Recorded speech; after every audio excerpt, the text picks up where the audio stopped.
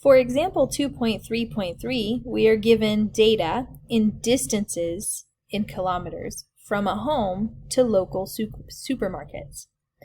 And they're asking us to create a stem plot using the data. After creating the stem plot, we will answer the question, do the data seem to have any concentration of values? So just like in the previous example, the rightmost digit is our leaf. So for the first data value, we have 1.1. Our leaf will be the rightmost digit, and our stem will be the leftmost. If we come down here all the way to the end, we see 12.3. The leaf is the 3, and 12 is the stem. But notice if we just glance at the data, 1, 2, 3, 4, 5, 6, and then we have this large jump from 6 to 12. Unfortunately, we don't get to just write on our stems 6 and then 12, because that can be misleading, and we don't want to be misleading. So let's start out and create our stems. I'm going to number all the way to 12. So we number all the way to 12, and now we can put our leaves in. 1, 5, 2, 3, 2, 5, 7, 2, 3, 3, 5, 8.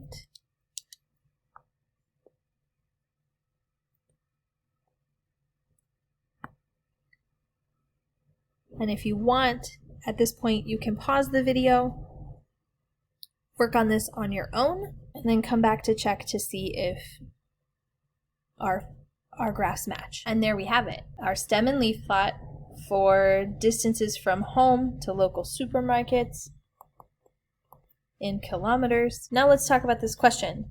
Do the data seem to have any concentration of values? Well, that's asking for where is the most data located.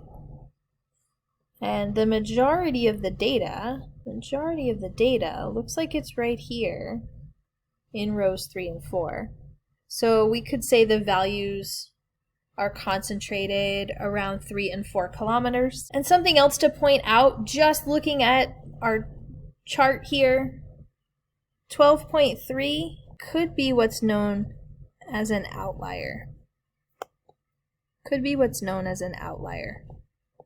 An outlier, as a reminder, is a value, a data value that is far away from the rest of the data. We will look at 2 different ways to determine outliers in our class, but we need some more tools, so those will come in chapter 3.